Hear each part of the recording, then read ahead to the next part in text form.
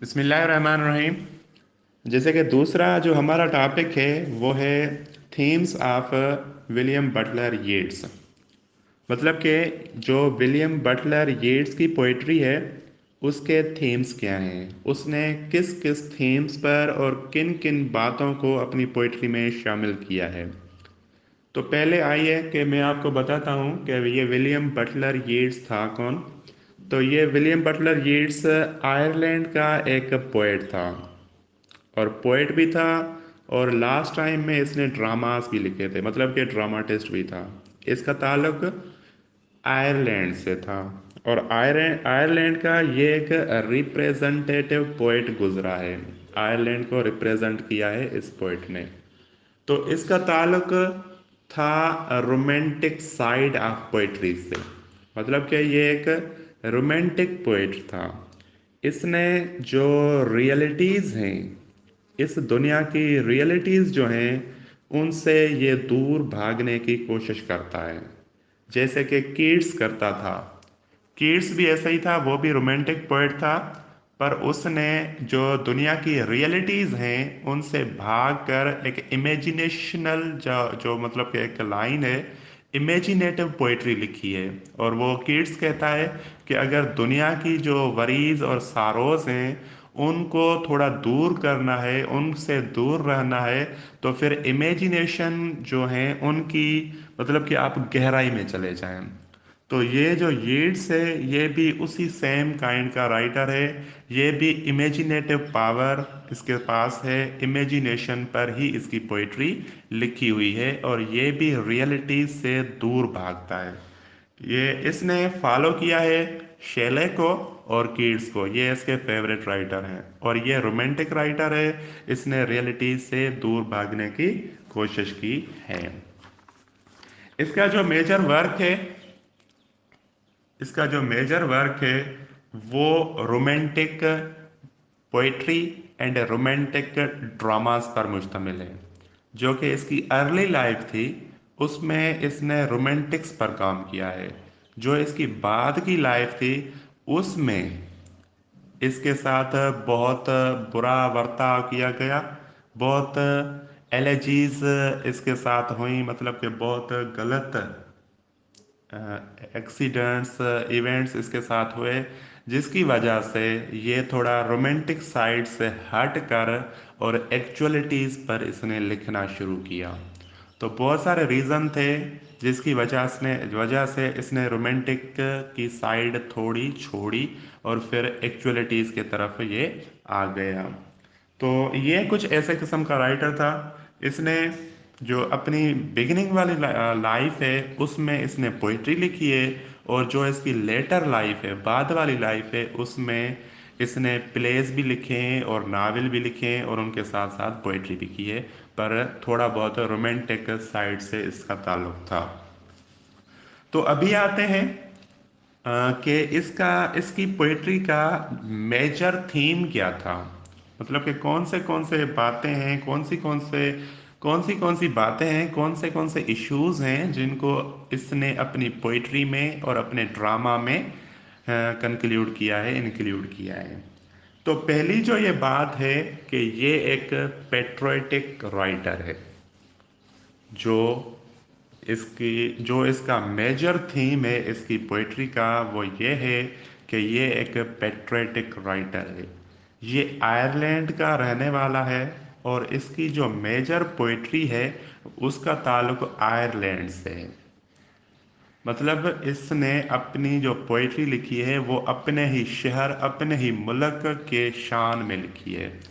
तो इसने आयरलैंड जो इसका होमलैंड है, वतन है, उसकी बहुत सी चीज़ों को डेमोन्स्ट्रेट किया है। उसके सोशल इश्यूज को उस पर लिखा है, इकोनॉमिक एंड पॉलिटिकल इश्यूज पर लिखा है, और रिलीजन पर लिखा है।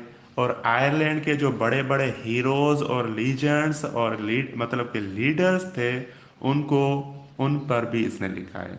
जो आयरलैंड के लीडर्स थे, हीरोज थे और जीनियस पर्सन जो थे, उनको इसने अपनी पोइट्री में शामिल किया है, रिलीजन को शामिल किया है। और जो फेरीज हैं, फेरीज और जो भी अच्छी अच्छी चीज़ें हैं उसके एटमॉस्फेयर को और हर चीज़ जो इसको पसंद आई अपने शहर में, उस पर इसने पोइट्री की है।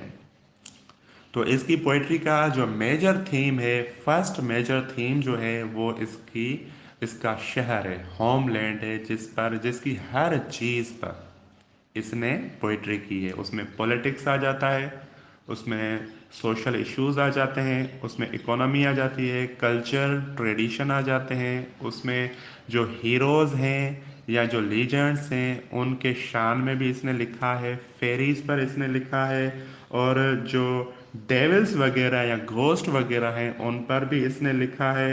और उसके बाद और भी मतलब की चीज़ें हैं, जैसे कि आर्ट है, आर्ट पर भी इसने लिखा है। और एरिस्टोक्रेसी जो है, एरिस्टोक्रेसी भी आयरलैंड की, उस पर भी इसने लिखा है। तो ये फर्स्ट मेजर थीम है जो इसकी पोइट्री में हमें मिलता है।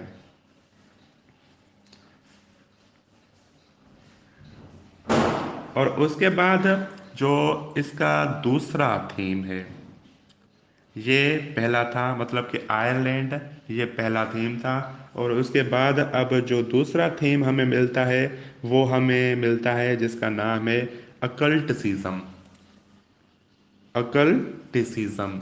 और ये अकल्टिसिज्म का मतलब है कि believe in super natural elements.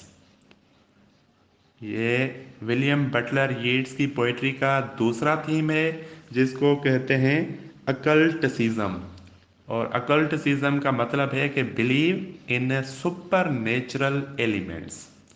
तो ये जो कि मतलब कि इसकी बटलर की पोइट्री है, येट्स की पोइट्री है, तो इसमें सुपर नेचुरल एलिमेंट्स बहुत हद तक यूज़ किए गए हैं। जैसे कि मैंने आपको बताया कि ये एक रोमांटिक पोइट था, तो इसमें इसने अपनी पोइट्री में ये सुपर नेचुरल एलिमेंट्स जो हैं बहुत हद तक यूज़ किए हैं।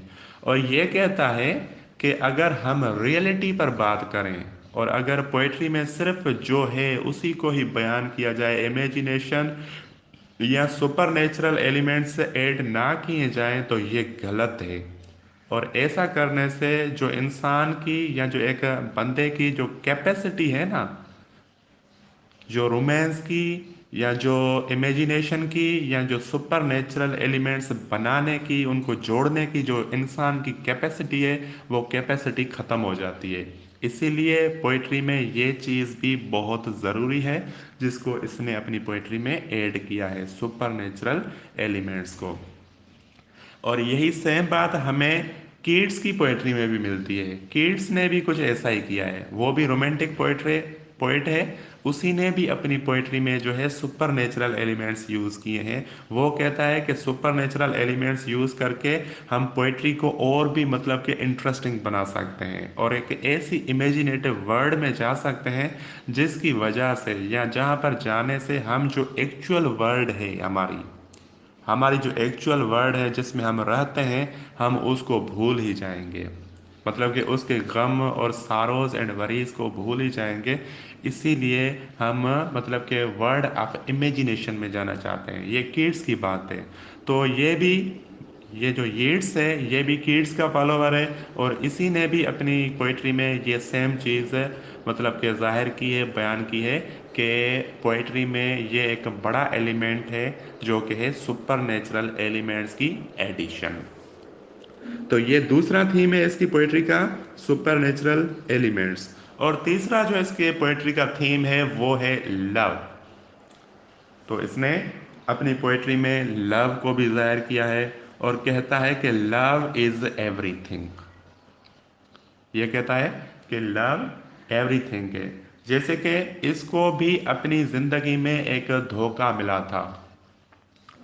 विलियम मतलब कि बटलर कीट्स को जिंदगी में धोखा मिला था, और ये जिसको चाहता था, बाद में इसको पता चला कि उसको इलीगली दो बेबीज हैं। येट्स को पता चला कि जिसको मैं चाहता हूँ उस औरत को इलीगल किस्म के दो बेबीज ऑलरेडी हैं। तो ये उसे बहुत प्यार करता था, फिर इसने उसी प्यार पर ही लिखा। और ये कहता है कि औरत जो है, येट्स कहता है कि जो औरत है उसको कितना भी प्यार दिया जाए, उसको कितना भी प्यार दिया जाए पर वो नहीं समझेगी। ये बात मैं नहीं कर रहा, ये यीट्स कहता है कि एक औरत को जितना भी प्यार दिया जाए वो उसको नहीं समझेगी और वो उसका गलत फ़ायदा ही उठाएगी। जो जिस ये बात इसने अपनी अपनी बात को नज़र में रखते हुए कहा है कि जिससे इसने प्यार किया वो लड़की ऑलरेडी इलीगल तरीके से 2 बच्चों की माँ थी।